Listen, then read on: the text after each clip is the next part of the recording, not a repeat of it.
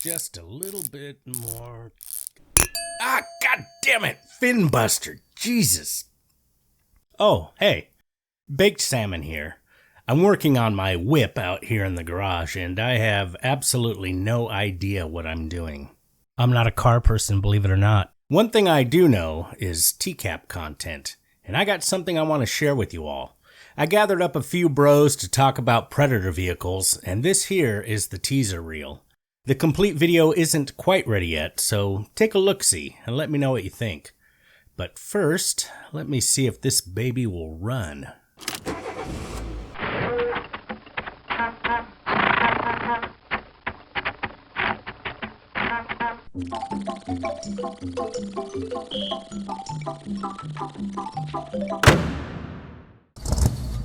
TCAP Vehicles.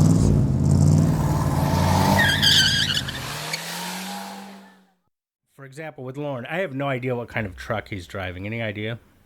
Looks like a Dodge. I think it's a Dodge Dakota. Is It's it a Dodge Ram? something. Ram 1500. Is it? Oh man, Yeah. see, I'm not versed in Durango. truck. Or Dakota, sorry. A Dodge Dakota or a Dodge Ram? Dodge Ram 1500, white with gray on the bottom. It's white with gray on the bottom. It's Absolutely. like the most bare-bones ass shit they sell. I bet it's a V6 and not a V8 too. Oh, absolutely. It's definitely a V6. Yeah, you can't tell here, but I'm guessing that there's no trailer hitch. They're obscuring the license plate. I'm looking at it, and this thing is probably like, I'm gonna say it's probably a base model, because if you look at it, he's got probably around up for 2,000.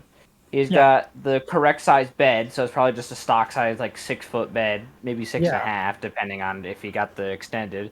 And it's also just like the regular cab, it doesn't even look like a crew cab. It doesn't look like there's any seats. You know, let me run this up your flagpole. Do you think Lorne is smart enough to drive a stick? Because I bet he would be cheap enough to get the stick shift option, because that saves him like $600. Oh, absolutely. I don't think he would be smart enough. You don't think he'd be smart enough? You know, actually, he does seem kind of dense in that way. But when it comes to saving money, I mean, we all know what a penny pincher he was.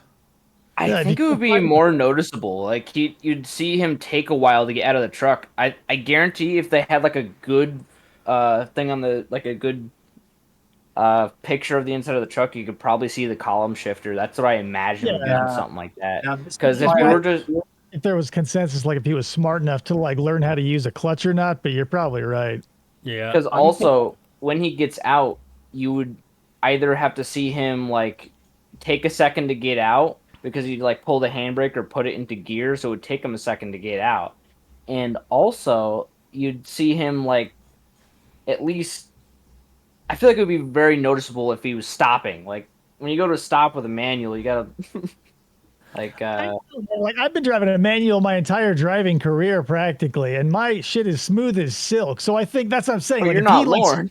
Yeah. Right, but you know, he probably like somewhere in Cornville, like some hillbilly like let him borrow his truck, and I guarantee that was a manual. So it's like it's plausible enough for like even the the hillbilliest of hillbillies to learn how to like Well, to give Lorne credit, also we have to remember he did drive a lull,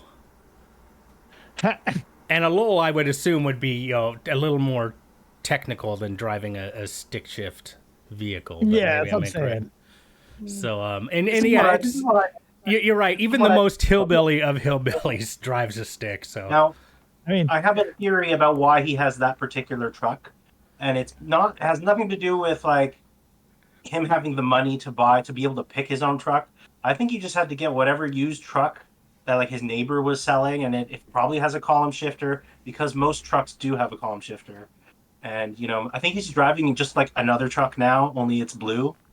Okay. And it's always like a 10 to 15-year-old like rust bucket truck. Yeah. And it's basically whatever he hears like in Cornville that his neighbor down the street is selling his shitty truck, and then that's the next truck that Lorne drives. I wonder, is there any? I'm not much of a Lorneographer. I don't know that any of us here right now are, but I wonder if there's any idea of whether or not he's ever worked on a vehicle. That he's owned. Like, I wonder if he talking to his catfishes have ever said, "I got to change the oil today," or got to replace the brakes, or what? He just drives with squeaky brakes, I'm sure. He does. He just doesn't change the oil. He just drives it. Context too, because it is like this the truck that he bought after he scanned that lady out of the 10 Gs or whatever it was. Oh, so Right. it might be an automatic. That might be a slightly better truck. Yeah, no, I think you're right. I think at least the idea, the lore is that this vehicle was bought with Betty's money, so he could skip town. Yeah, I knew it. yeah, that's what I remember as well. That's the kind of shit that this kind of situation gets you, though. Like, you rip somebody off, and you end up at the bottom of the barrel. Like, you know, anyone on the street would go like, "Oh, whoa, a truck!" But anyone who's ever looked at a truck and like has sat inside a truck and go like, "Who is this scumfuck?" Yeah, and no matter how much compassion somebody has for leave these guys alone. They did their time or whatever. This particular dingleberry scammed that old couple, and then the husband passed away, and that woman was left to pick up the pieces with her life savings in shambles because this douchebag ripped him off. So out of anybody, this guy deserves very little sympathy, even from the most Christian among us. Lorne is kind of like a hyper-specific reverse mortgage. Like, he came in and ruined one old lady's life. That's it. That's a great take. The amount of money he got from the Durango Mango thing was $30,000. 10 of it was probably just spent on the truck. The other 20, he just frittered away in Nashville in karaoke bars on cigarettes and Bud Light, right? Dude, and you know that he was at that karaoke bar, picking up skanks and telling them, I made all my money back in Maine, and so, I just decided to take an early returement down here. Meanwhile, he's got, 12 grand, 10 grand, 6 grand left in the bank, just slowly frittering away. I'd love to know how much he had in the bank when he got arrested, because if he couldn't afford to go get Kayla, he probably had to borrow it from his two neighbors. Like the gas money, I don't have enough gas to get there and back and there and back again. And a Walmart bracelet. Yep, and a Walmart bracelet and a camera he was trying to pawn that had the battery door missing on it. And everything's like so crushingly like depressing about this situation. And like in that moment, like as you're looking at him in that truck, right? He's like over the moon. Like his life is nothing but like skid marks. And he's like in this moment taking this bottom of the barrel truck to like his dream girl, and probably is doing it on the leanest of budgets. Absolutely, dude. So you guys, I looked it up. Yeah. And apparently it was fairly common for the 2000s Rams to be I think it says here, 3 or 4 speed automatic, but they also did come to 5 speed as an option. That's wild. Oh, I think it was right around 2000 where they started to switch from like humming usually with a manual and having to ask for an automatic to flipping it around where it comes with an automatic and you have to ask specifically for a manual.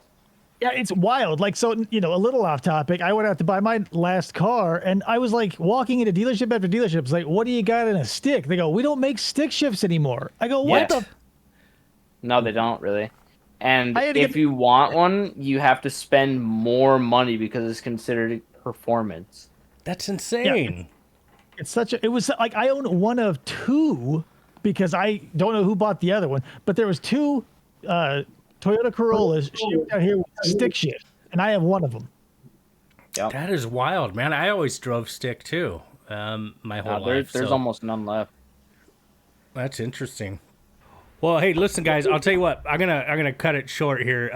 But I'll tell you what. After we started this discussion, I realized I may make this a teaser reel, and just release it as a 5-minute discussion about Lorne's truck. To give people the idea of what's to come. As I say that, are there any last thoughts on Lorne's vehicle specifically? It fits him. Like that's it. Like there's nothing special about it. It fits him like a jigsaw puzzle. Yeah. I mean, it's a truck you can actually do work with.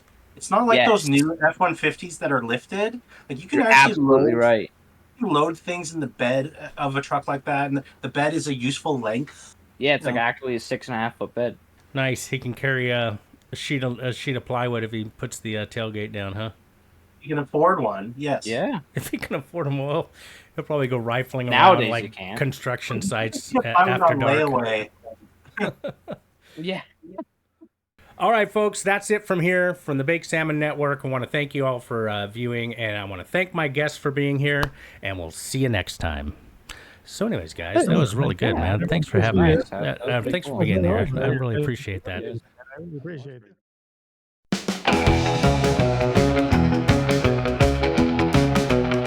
They're piling to their harbor rocks, gonna have a blast, but they got no idea this fun won't last. The sun is shining bright, they think they're on their way, but there's a big surprise waiting for them today. Down at the steakhouse, cookies on the plate, Chris Hansen's waiting and their face been sealed, mate. The waves looking inviting, but trouble's on the shore. Police are hiding near, they're coming through the door.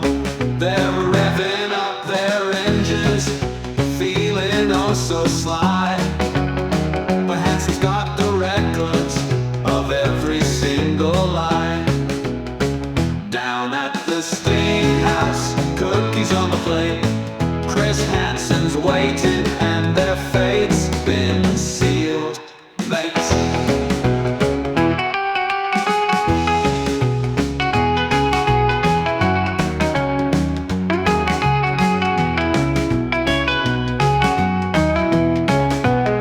They're waving up their engines, feeling oh so sly.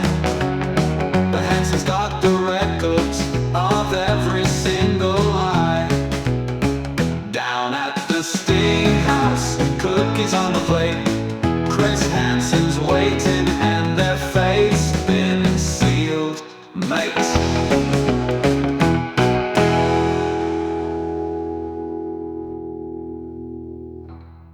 Sit, Chopper, sit. Good dog.